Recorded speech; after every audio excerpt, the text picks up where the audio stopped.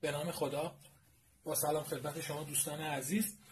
تو این ویدیو میخوایم چند تا از ایرادایی که توی بکلایت های دایرکت یا به نام دیگه اونا بکلایت های شاخه ایجاد میشه رو با هم چک کنیم و توی یه نمونه عملی در واقع دستگاه واقعی من این ایرادا رو بهتون نشون بدم و بررسی بکنیم، ببینیم که چرا ایجاد میشن و چجوری میشه رفعشون کرد تا دیگه مشکلی برامون ایجاد نکنن.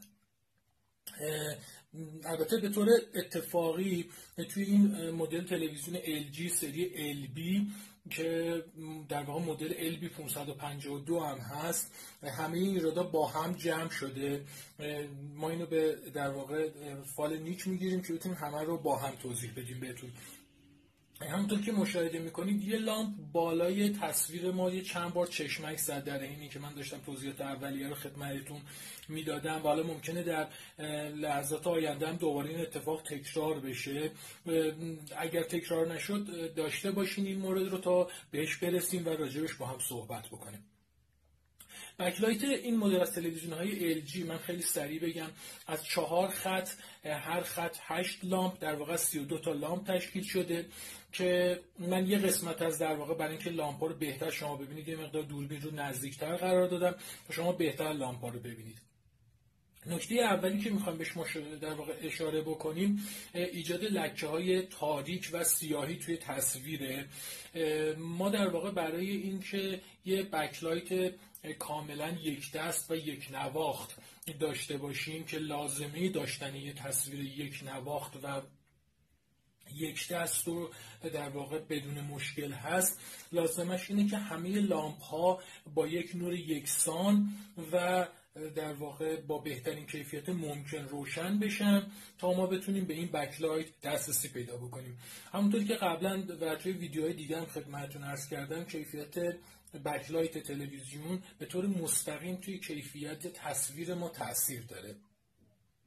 الان مشاهده کنید که توی این قسمت ما 2 تا لامپ خاموش داریم که باعث شده توی این قسمت ما تاریکی داشته باشیم و همین تاریکی به طور مستقیم توی تصویر ما هم دیده میشه. توی بقیه جاهای این بکلایت من 1-2 تا لامپ خراب هم میبینم که ممکنه از تصویر ما در واقع بیرون باشن، اما دقت کنید معمولا توی بکلایت های شاخه‌ای موقعی که یه لامپ میسوزه ولی لامپ های کناری چپ راست بالا و پایینش اگر کاملا سالم باشن اون ایراد توی تصویر اثری کمی میذاره و ممکنه فقط توی صحنه های روشن یا صحنه های تک رنگ به صورت یه حاله تاریکی کوچیک مشخص بشه. اما موقعی که 2 تا لامپ مثل اینجا یا اگر دقت کنید 2 تا لامپ هم بالای این 2 تا قسمت خاموشه، خب این تاریکی خیلی بیشتر توی تصویر تاثیر میذاره و بیشتر به چشم میاد. ایراد دیگه‌ای که میخوام توی این بکلایت ها بهتون توضیح بدم ایجاد نقاط نورانیه.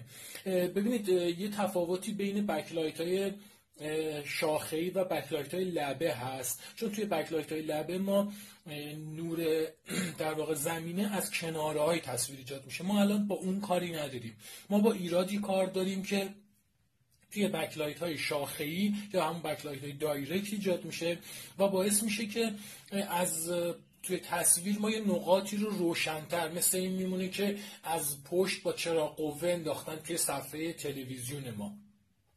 اون ایراد هم توی عموم بکلایت های شاخه‌ای به علت افتادن این منشورهای پلاستیکی ایجاد میشه که شما میبینید توی تصویر لامپ ها. ببینید من 2 تا از اینا رو قبلا جدا کردم، البته توی این بکلایت خیلی هم جدا کردن سخت نخواهد بود. ببینید موقعی که این منشورها وظیفش اینه که نور به صورت ملایم و یک نواخت پخش بشه.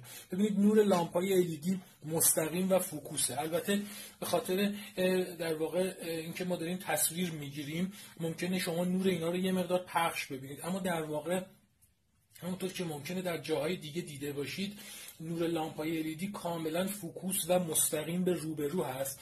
برای اینکه نور به صورت یک نواخت و ملایم تو سطح تصویر پخش بشه اولین وسیله مورد استفاده ما این منشورهایی است که روی لامپ‌ها قرار میگیره. این منشورها باعث میشه که نور لامپ‌ها یک قدم در اطراف پخش بشه و بعد با قرار دادن صفحات دیفیوزر و پولاریزر روی اینها نور به صورت یک دست و به صورت یک باکس نوری کاملا یک دست و یک نواخت پخش بشه.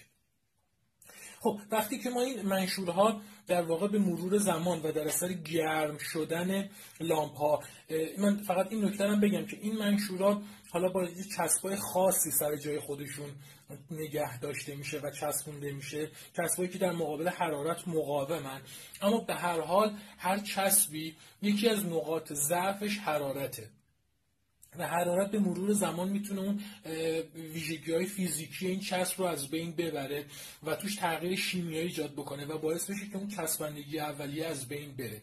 پس این منشورها ببینید به همین راحتی، این منشورها سر جای خودشون چسبیدن، من به همین راحتی میتونم جداشون بکنم.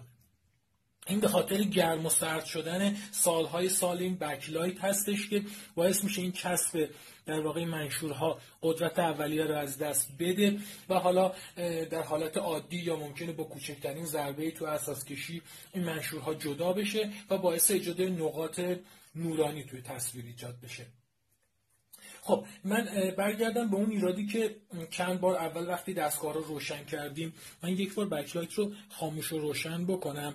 خب ببینید من زمانی که بکلایت رو خاموش میکنم اون سه تا نقطه هایی که زیر منشورها میبینید توی این سری نقاطی هستش که نقاط اتصال منشورها به پی سی بی لامپ های بکلایته. یعنی اون سه نقطه‌ای که من الان دارم و یه مقدار به رنگ تیره دارم میبینمشون در واقع چسبایی هستن که منشور رو به برد بکلایت من میچسبونه. اینجوری شما شاید بهتر ببینیدش. این چسبا توی بکلایت نو سفید رنگ هست، به مرور زمان در اثر گرما این تغییر رنگ توشون ایجاد شده. خب من بکلایت رو روشن بکنم ببینم اون چشمک زدنه رو دوباره میبینیم یا خیر. خب ببینید بکلایت ما بله، ببینید الان لامپه احتمالاً خاموشه، بله الان دوباره شروع میکنه به چشمک زدن. این ایراد هم توی تصویر من طبیعتاً همونطور که الان فکر میکنم بتونید دیگه خودتون تشخیص بدید باعث ایجاد چشمک زدن تصویر میشه. یعنی که من میبینم توی تصویر یه نقطه پرپر میزنه یا چشمک میزنه.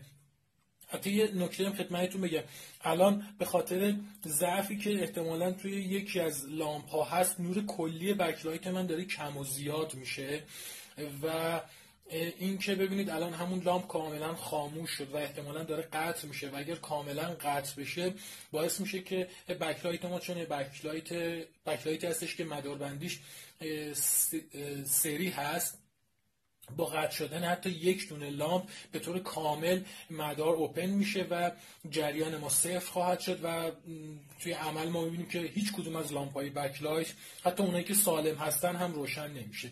نور کلی بکلایت من داره کم و زیاد میشه، اون نقطه چشمک میزنه. تمام این ایرادهایی که الان شما توی این بکلایت میبینید به طور مستقیم توی کیفیت تصویر ما تاثیر میذاره. یعنی اینجا اگر یه نقطه چشمک میزنه، یه لامپ چشمک میزنه، توی تصویر ما هم یه بخش کوچیک به اندازه یه کف دست جدم کمتر نورش کم و زیاد بشه و وقتی که نور کلی بکلایت من کم و زیاد میشه به همین ترتیب در واقع تصویر من داره نورش کم و زیاد میشه و وقتی هم که بکلایت به طور کامل قطع بشه مثل الان، خب تصویر من طبیعتاً کاملا سیاه میشه و دیگه من تصویری نخواهم داشت.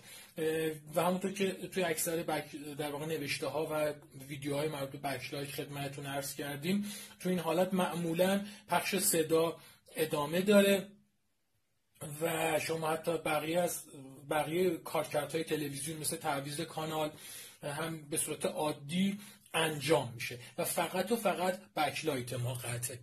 من یه بار دیگه بکلایت رو روشن میکنم ببینیم حالا این دفعه چه اتفاقی میفته. ببینید من توضیح آخر فقط این نکته که توی بکلایت هایی که مداربندی اونها به صورت سری هست، خرابی حتی یک لامپ به صورت قطع شدن میتونه باعث قطع شدن کل بکلایت و دان شدن کل بکلایت ما بشه. ببینید الان من چند تا از لامپ هایی که حتی اول روشن بود توی ردیف بالا الان دیگه روشن نیست و تمام اینها باعث اختلالات مختلفی میشه که توی بکلایت من و توی تصویر ما در نهایت ظاهر خواهد شد و به چشم شما خواهد آمد. خب من عرضم تموم شد. اگر مشکلی داشتین با همکارای ما تو بخش پشتیبانی تماس بگیرید. ممنون که وقت گذاشتید. خدا نگهدار.